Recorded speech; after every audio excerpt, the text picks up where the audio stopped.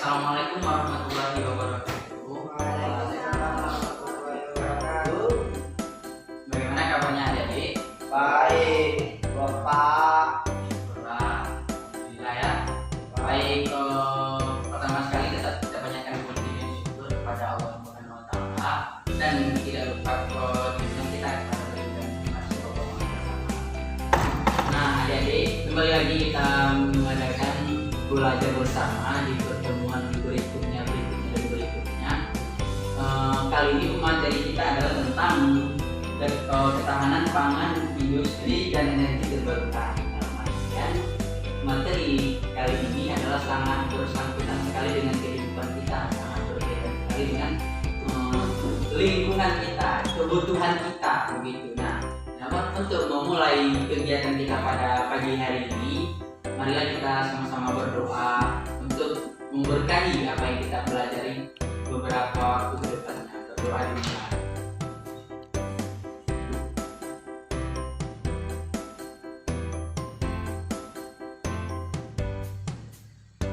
Berdoa selesai. Jadi itu silahkan dibuka saja jendelanya biar tidak panas. Oke. Nah, baik adik-adik. Jadi sebelumnya saya ingin bertanya kepada adik-adik, langsung saja ya kita masuk kepada materi kita. Tidak membuang-buang waktu. Mungkin saya juga ada kesibukan, adik-adik juga ada kesibukan. Jadi tentang ketahanan pangan dalam artian apa sih? Pernah nggak adik-adik mendengar pangan,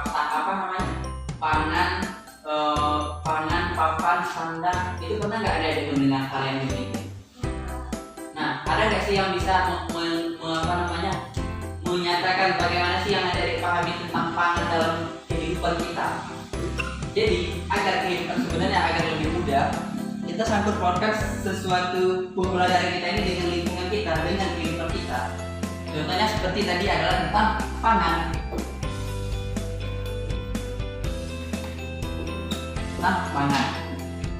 Nah, adik-adik begini.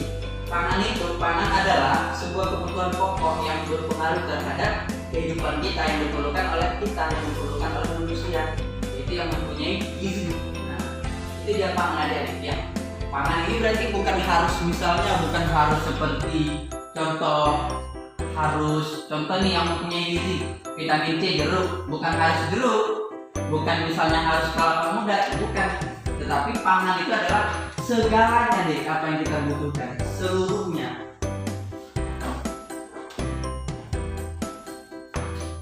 Nah, jadi adik-adik, adakah yang bisa menjawab apa sih itu pangan yang ada di pahami? Pangan, papan, sandang, itu sistem ketahanan pangan. Dalam artian di sini ada 3 poin. Yang pertama ketersediaan pangan, yang kedua distribusi pangan, yang ketiga konsumsi pangan. Dalam artian jika kita bahas tentang ketersediaan pangan, jadi pangan apa tadi? Pertama adalah ketersediaan pangan. Ketersediaan pangan. Nah, pangan ini adik-adik itu diibaratkan seperti di stok, disediakan, disisakan. Ibaratnya seperti ini kalau ketersediaan pangan ini dicadangkan, pencadangan pangan seperti itu dia. Namun penggunaannya ini juga tersedia dengan curah hujan, sumber energi, itu dia ketersediaan pangan. Ibaratnya begini, jika misalnya di suatu daerah seperti ini, nah bagaimana ketersediaan pangannya, bagaimana stok pangannya. Contoh, jika hal yang demikian misalnya, jika ada memang suatu daerah yang bisa berpengaruh terhadap curah hujan tadi, ada kendala, di situ diperlukan yang namanya ketersediaan pangan. Jadi ada yang kedua adalah distribusi pangan. Nah, distribusi pangan ini adalah dia perekonomian dari sisi perekonomian pangan, tapi dia mempengaruhi gitu. Nah, yang ketiga adalah konsumsi pangan. Konsumsi pangan ini maksudnya adalah pemakai kita yang memakai, kita pengguna, kita yang memakai. Konsumsi kan menggunakan gitu kan, memakai. Jadi dari kita sendiri begitu dia, kita yang mengelolanya, seperti itu dia konsumsi pangan ini. Yang tergantung pangan apa yang kita butuhkan ataupun pangan apa yang kita dapatkan. Oke, yang keempat adalah yang ketiga adalah kondisi ketahanan pangan di Indonesia. Nah, Indonesia merupakan negara agraris yang sebagian besar masyarakat di sektor pertanian. Betul. Kita adalah di sektor pertanian besar ya. Di berbagai daerah, khususnya di daerah kita juga adalah pertanian. Potensi pangan Indonesia. Ini deh contoh-contoh pangan nanti akan saya berikan, akan kita lihat bersama-sama. Maksudnya kita lihat contoh-contohnya kan begitu. Nah, jadi adik-adik, ketersediaan potensi pangan Indonesia itu maksudnya adalah pangan ataupun bahan-bahan ataupun sumber yang kita dapatkan itu tergantung dari letak dan kondisi geografis kita. Contoh kalau kita di wilayah pesisir, kondisi pangan kita ataupun sumber pangan yang biasa kita dapatkan mungkin lebih kepada perikanan, lebih kepada hewani atau bagian-bagian peternakan kan begitu. Tapi berbeda dengan daerah ataupun kondisi letak geografisnya yang berada di pegunungan, mungkin mereka lebih banyak kepada hewan nabati atau tumbuhan seperti padi, singkong dan lain sebagainya kan begitu. Contoh besarnya begini ya deh. Pernah nggak mendengar kalau ada orang yang memang konsumsi pangannya ataupun keperluannya itu adalah entah sagu, makan sagu? Pernah dengar? Atau orang-orang luar itu menggunakan roti, makan roti, sarapan dengan roti, makan dengan roti. Nah, itu adalah tergantung dari pangan apa yang mereka peroleh, pangan apa yang mereka dapatkan. Nah, yang selanjutnya adalah peran energi baru terbarukan konservasi energi. Nah, jadi peran dari energi yang diberbagi tadi ini contohnya deh. Peran ini semua, peran energi yang telah diberbagi tadi, energi baru terbarukan itu adalah energi yang memang penemuannya terbaru begitu loh. Bukan energi dasar semua. Jadi baru ditemukan dan terbarukan. Nah, yang pertama adalah meningkatkan ketahanan energi. Yang kedua itu adalah meningkatkan akses terhadap energi bersih termasuk akses daya listrik. Nah, kenapa? Kebanyakan pembahasan kita tadi adalah mengenai penggunaan energi terhadap pembangkit tenaga aliran listrik. Nah, yang selanjutnya adalah memberikan kontribusi terhadap lingkungan. Ya, kalau misalnya tidak ada kontribusi terhadap lingkungan, ya sebenarnya sangat sulit kan begitu. Nah, seperti ada yang rumah kaca, demikian jadi. Oke, baik adik-adik. Yang selanjutnya adalah penyediaan bahan industri Indonesia. Nah, seperti tadi kita membahas tentang bahan pangan, papan dan sandang.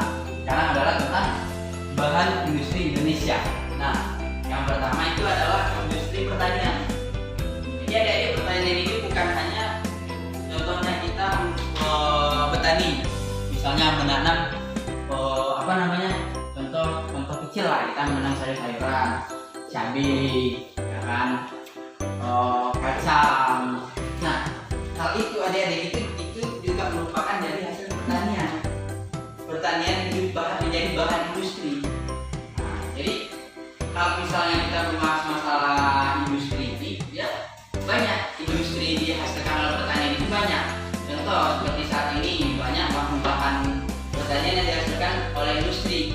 Misalnya begini, pernah nggak ada yang mengkonsumsi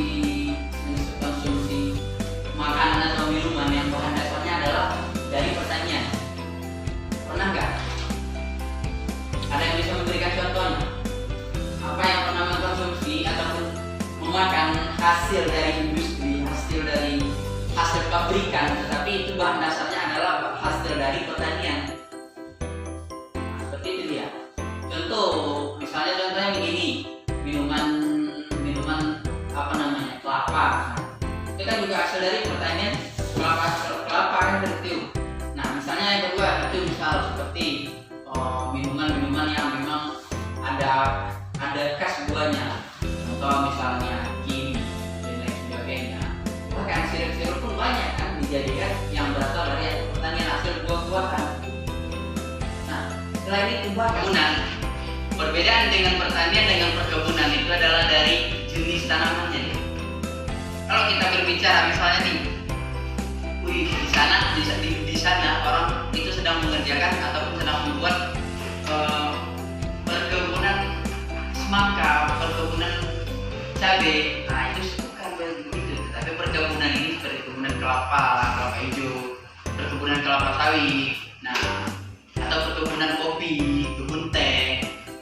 Nah, tapi kalau seperti cabai, hal-hal cabai dan sejenisnya, sayur-sayuran, buah segala macam itu termasuk dia tadi hasil dari pertanian.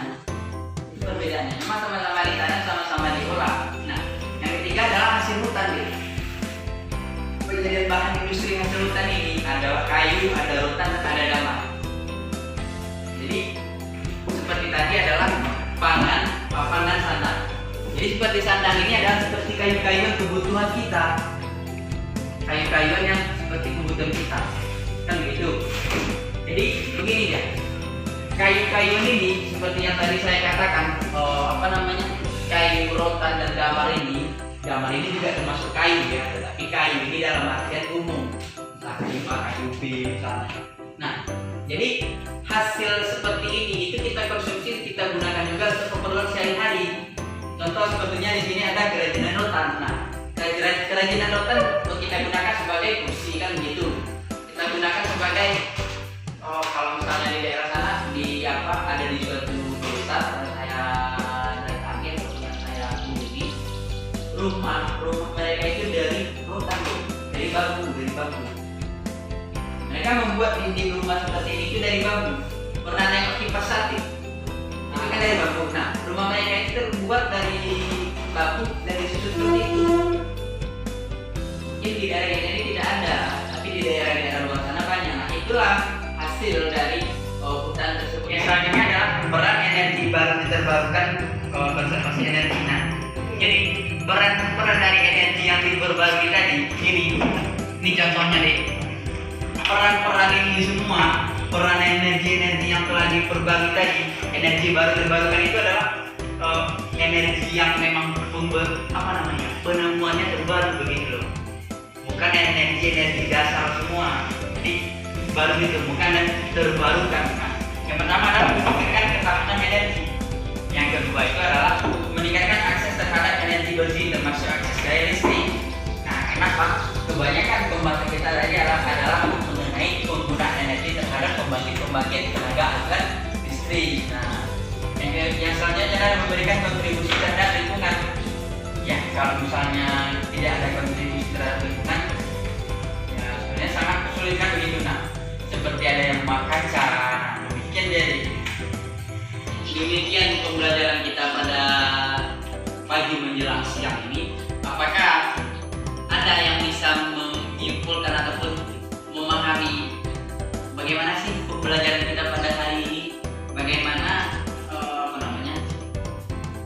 paling tidak ada yang kita ketahui walaupun sedikit 1-2 kata gitu loh. Ada yang bisa membantu, coba ya silakan 1-2 orang, satu orang dulu lah, silakan. Assalamualaikum warahmatullahi wabarakatuh.